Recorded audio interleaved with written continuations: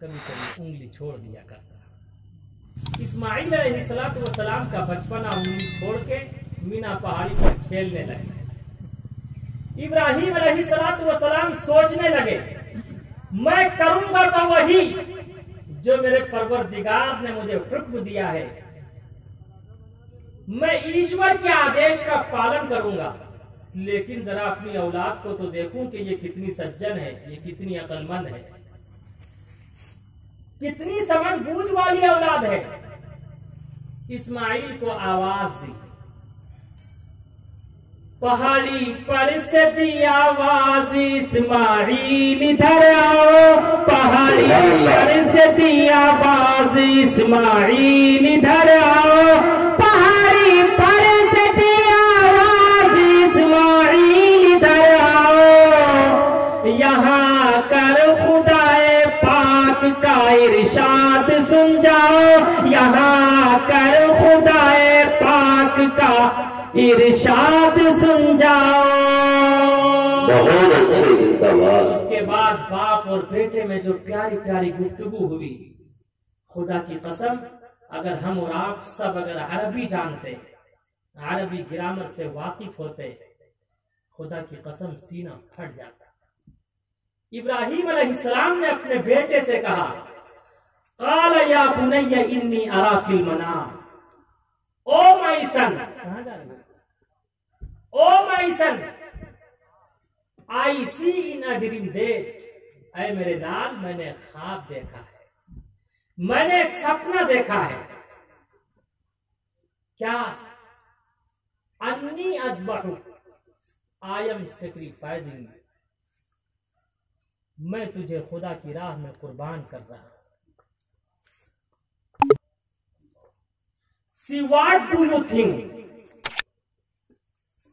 फंजुर माज़ा तरा, तू जरा सोच कर बता, तेरी क्या राय है? पेदर बोला के बेटा आज मैंने ख्वाब देखा है। पेदर बोला के बेटा आज मैंने ख्वाब देखा है। किताबे जिंदगी का एक निराला बाब देखा है। ये देखा है कि खुद मैं आप तुझको ज़ब्ह करता हूँ। खुदा के नाम से तेरे लहू में हाथ भरता हूँ। खुदा के नाम से तेरे लहू में हाथ भरता हूँ। फंजुर माज़ा तरा, ऐ मेरे लाल, तू सोच कर बता, तेरी क्या राय है? बेटा भी कोई कम न था, पैगंबर की औलाद थी, पैगंबराना कलाम सुनिए। इताअतमंद बेटा झुक गया फरमान बारी पर। इताअतमंद बेटा झुक गया फरमान बारी पर। जमीनों आसमां हैरान थी उस ताअत गुजारी पर। जमीनों आसमां हैरान थी उस ताअत गुजारी पर। फरमाया क्या है मेरे अब्बा? क़ाल या अबती फ़अल मा तुअमर। ओ माय फादर, ऐ मेरे पिताजी, do as you are commanded. आपको जो हुक्म मिला है आप उसे कर गुजरिए। रही मेरी बात, आप मुझसे ये उम्मीद न रखिए मैं दौड़ जाऊंगा, मैं भाग जाऊंगा, बल्कि ऐ मेरे अब्बू, आप छुरी तैयार करके, छुरी तेज करके आवाज देंगे, इस्माइल आओ खुदा की राह में कुर्बान होने के लिए। मैं झट आपके कदमों में गिर पड़ूंगा। अल्लाह की जानिब से जो मुझे तकलीफ और परेशानी का सामना करना पड़ेगा, सतजिदुनी इंशाअल्लाहु मिनस साबिरीन, आप मुझे सब्र करने वालों में से पाएंगे। अल्लाहु अकबर, वो कैसी घड़ी होगी, वो कैसा लम्हा होगा, वो कैसी साअत होगी, वो कैसा आन होगा, वो कैसा लम्हा होगा।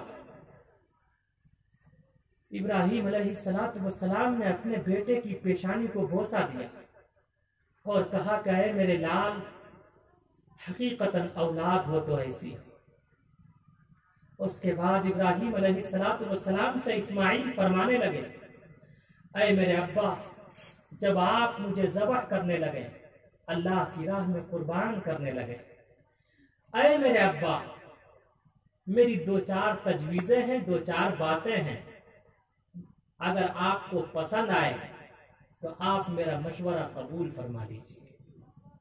कहा, ऐ मेरे लाल, वो कौन कौन सी बातें हैं? कहा, ऐ मेरे अब्बा, जब आप मुझे ज़बह करने लगे, आप मेरे हाथ और पैर को रस्सियों से जकड़ दीजिएगा ताकि मैं हरकत न कर सकूं, मैं हिलने ना पाऊं। कहीं ऐसा ना हो ज़बह होते वक्त, कुर्बानी होते वक्त कभी मेरी बेअदबी आपको मार न दे, कभी आपकी बेअदबी ना हो जाए, कभी आपकी बेअदबी की वजह से मैं अल्लाह की निगाह में जलील और रुस्वा न हो जाऊं, रांदे दरगाह न कर दिया जाऊं। ऐ नौजवानों, एक इस्माइल थे, कुर्बानी के वक्त भी अल्लाह को राजी करने के लिए अपने बाप की बेअदबी से बच रहे थे। लेकिन आज का नौजवान अपने बाप के सर पे जूता बरसाता है, अपनी मां को गालियां देता है। याद रखो नौजवानों, बहुत गौर से सुनने की जरूरत है। हमेशा अपने बाप और मां की तौहीन करने वालों, कान खोल कर सुन लो। जो अपनी मां का सम्मान करता, अपनी मां की इज्जत करता, अपनी मां का अदब व एहतराम करता, खुदा की कसम वो कभी गरीब, तंगदस्त और मुहताज नहीं होता। और जो अपने बाप का सम्मान करता है वो भाग्यशाली होता है, वो लकी होता है, वो किस्मत का सिकंदर होता है। माँ बाप बड़े अनमोल है, माँ बाप बड़े अनमोल, माँ बाप बड़े अनमोल है, माँ बाप बड़े अनमोल। हुक्म खुदा है, हुक्म खुदा है, हुक्म खुदा है, उनको कभी तो उस तक भी ना बोल। माँ बाप बड़े अनमोल है, माँ बाप बड़े एक माँ बाप 1 दर्जन बाल बच्चे को पाल लेता, लेकिन 1 दर्जन बाल बच्चा, 1 दर्जन औलाद अपने माँ बाप की परवरिश नहीं कर पाती। बेशक हजरत, बेशक। खुदा को क्या जवाब। और जब लाल दुपट्टे की हवा लग जाती फिर तो और कुछ कहा नहीं जा सकता। हमेशा ससुराल की गीत गाते हुए दिखाई देते, ससुराल का तराना गाते, लेकिन किसी दिन जब सास उठा के मारती और जब अपनी वाइफ के साथ नारुआ सलूक करता, तलाक की बात करता, तलाक की धमकी देता, तो साली भी बरसाती है, साला भी बरसाता है। अरे ऐसा है या नहीं? फिर उस वक्त भी वही माँ बाप काम आते। अगर ससुराल में गड़बड़ करोगे मार खाओगे। कौन कौन गड़बड़ करना चाहते हैं ससुराल में? हाथ उठा के बताइए।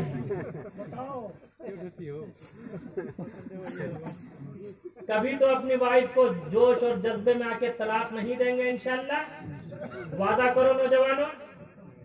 जितने बूढ़े मियाँ बैठे हैं वो भी वादा कीजिए। हमारे पास तो 80-80 साल के बूढ़े भी आते हैं।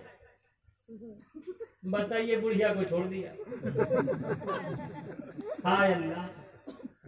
काली कमली वाले मुस्तफा जब के पूरे यंग थे, 25 साल की एज थी, आपने एक बुढ़िया का जीवन बिताया। उनके 2 हस्बैंड डेट कर चुके थे।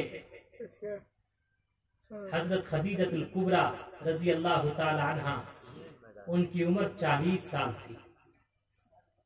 आपने अपनी जिंदगी का अक्सर हिस्सा हजरत खदीजतुल कुबरा के साथ गुजार दिया। 53 साल की एज, टोटल एज आपकी थी 63 साल, लेकिन 53 साल आपने किसके साथ, 53-54 साल किसके साथ गुजार दी? एक बुढ़िया के साथ, दूसरे लफ्जों में। उसके बाद आपने बकिया निकाह किया। लेकिन आज का नौजवान एक बुढ़िया को बुढ़िया तक नहीं रखना चाहता। बात बात पे तलाक की धमकी। याद रखो, जिस तरह शीशा पत्थर से टूटता, इसी तरह वाइफ का दिल तलाक और जवाब की धमकी से टूटता।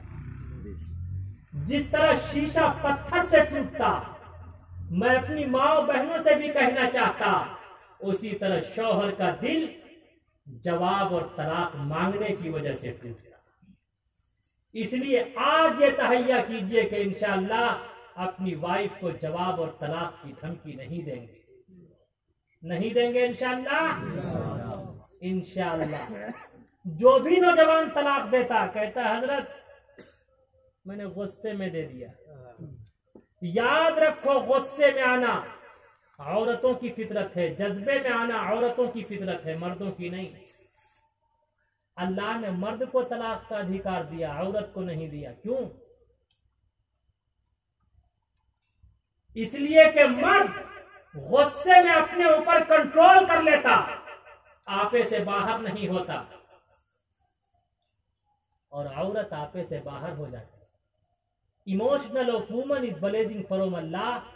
लेकिन याद रखो, औरतों का गुस्से में आना भी, जज्बे में आना भी अल्लाह की तरफ से अता करदा नियमत है। अगर ये औरत जज्बे में ना आए तो शादी के बाद माता पिता को छोड़कर अपने हस्बैंड के साथ न जाए। अगर ये औरत जज्बे में ना आए तो शादी और विवाह के बाद भाई बहन को छोड़कर अपने हस्बैंड के साथ न जाए। अगर ये औरत जज्बे में ना आए तो शादी के बाद खुदा की कसम 9 माह तक अपने पेट में, अपने गर्भ में बच्चे की बोझ को बर्दाश्त न कर पाए। हम और आप 24 घंटा 24 आवर्स बताओ अपने पेट पे एक पत्थर का वजन बर्दाश्त कर सकते? 5 किलो पत्थर का वजन भी बर्दाश्त नहीं कर सकते।